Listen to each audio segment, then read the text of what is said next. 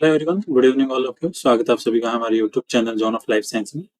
तो जो अपन ने सीरीज स्टार्ट की हुई है अपने इंपॉर्टेंट जूलॉजी एमसीक्यू की हरियाणा वाली एग्जाम के लिए, जो आपकी एचपीएससी असिस्टेंट प्रोफेसर की एग्जाम होगी, उसी के साथ में आपके जो आरपीएससी फर्स्ट ग्रेड बायोलॉजी के लिए जो एग्जाम होने वाली है, उनके लिए भी ये क्वेश्चन काफी इंपॉर्टेंट है, क्योंकि आपके बायोलॉजी के अंदर आपके जूलॉजी और बॉटनी वाला पार्ट रहेगा आरपीएससी में।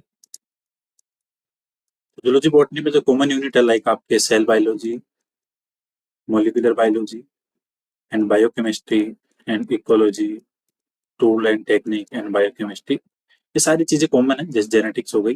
तो इनके साथ साथ अपन सारी चीजें यहाँ पे कवर कर रहे हैं। तो ये जो एमसीक्यू सेशन अपन कंडक्ट कर रहे हैं, ये आपके आरपीएससी फर्स्ट ग्रेड के लिए भी काफी इंपॉर्टेंट है, तो आप इनको भी देखना। और जो हरियाणा वाली एग्जाम होने वाली है असिस्टेंट प्रोफेसर की, उसके लिए भी काफी इंपॉर्टेंट है।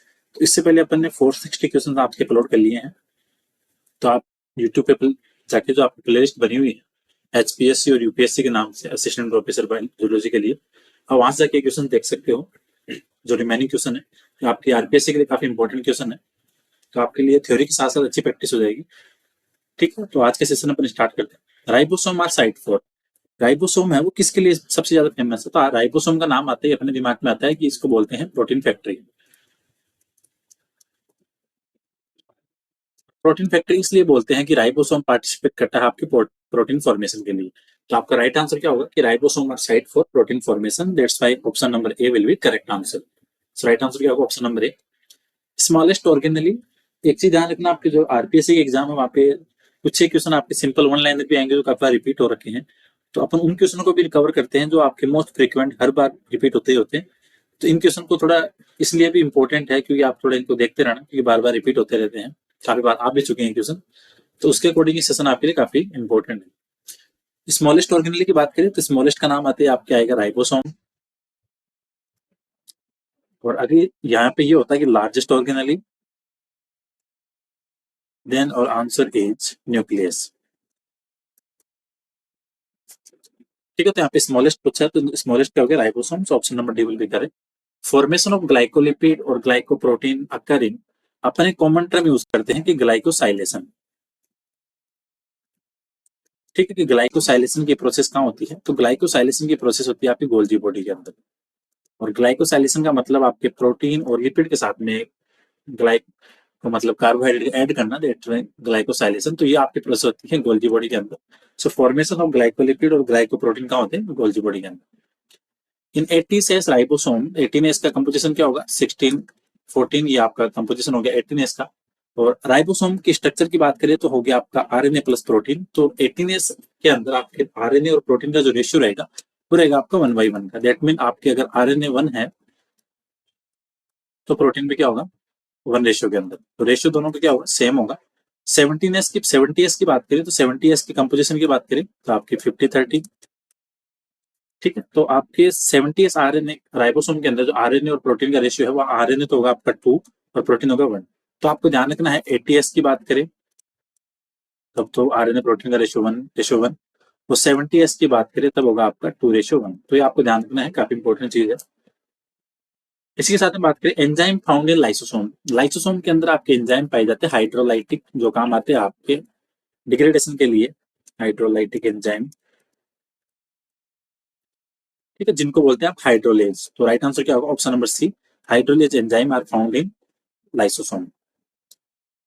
Cart wheel structure, cart wheel का मतलब होता है जो आपके जो बैलगाड़ी होती है उसके पहिया की संरचना। तो ऐसी संरचना आपको देखने को मिलती है सेंट्रोल के साथ में। ठीक है, जो कि आपका इंपॉर्टेंट रहता है सेल डिवीजन के लिए। ठीक है, और ओनली प्रेजेंट किसमें होता है? ओनली एनिमल सेल के अंदर, प्लांट्स के अंदर एब्सेंट है। ठीक है, right answer option number D, inducer in lac operon. Inducer का मतलब ये होता है कि ऐसा कोई मोलिक्यूल, ऐसा कंटेंट जो आपके ओपेरॉन को चलने के लिए पुश करे, उसको बैक करे, सपोर्ट करे, उसको इनिशिएट करे। तो जो आपका लेक्टोज होगा लेक ओपेरॉन के अंदर, अगर लेक ओपेरॉन के अंदर अगर आपके मीडियम के अंदर लेक्टोज अब्सेंट है तो आपका लेक ओपेरॉन क्या रहेगा? बंद रहेगा। ऑफ कब रहेगा? जब लेक्टोज अब्सेंट है। ऑन किस कंडीशन में होगा? ऑन होगा जब आपका लेक्टोज क्या है? प्रेजेंट है। तो आपको ध्यान रखना है कि लेक ओपेरॉन के अंदर जो इंड्यूसर है वो आपका लेक्टोज। तो सिमिलरली, तो आपको ध्यान रखना है कि जो आपके ट्रिप्टोफेन ओपेरॉन होता है, अगर मीडियम में अंदर ट्रिप्टोफेन प्रेजेंट तो आपका ओपेरॉन बंद होगा। रिवर्स से ध्यान रखना। लेकोपेरोन में अगर लैक्टोज है तो सिस्टम चलेगा। ट्रिप्टोफैन के अंदर अगर आपके मीडियम के अंदर अगर ट्रिप्टोफैन प्रेजेंट है तो सिस्टम बंद रहेगा। तो लेकोपेरोन का इंड्यूसर क्या हो गया आपकी lactose. A single gene defect produce many secondary effect. मान के चलो जीन आपका ए है और जीन ए की वजह से आपको वेरियस टाइप के इफेक्ट देखने को मिल रहे हैं, तो उसको बोलते हैं आपके क्या, pleiotropy. Right answer option number B. Anticodon loop of tRNA, जो टीआरएनए की एंटीकोडोन लूप है उसके पास में अनपेयर्ड जो बेस होते हैं वो कितने होते हैं, वो कितने होंगे 7 नंबर। आपको ध्यान रखना है जो टीआरएनए की एंटीकोडोन लूप है उसके पास में जो अनपेयर्ड बेस कितने 7। जीन ट्रम की बात करें, ये इंपॉर्टेंट चीजें छोटी छोटी जेनेटिक्स वाली। जीन ट्रम इंड्यूस बाय, तो जीन ट्रम किसने दिया था आपके, जोहानसन ने। यहाँ लिख देता हूँ, जीन किसने दिया था, जोहानसन ने। ठीक है, एलिल की बात करें, एलिल किसने दिया था, बेटसन ने।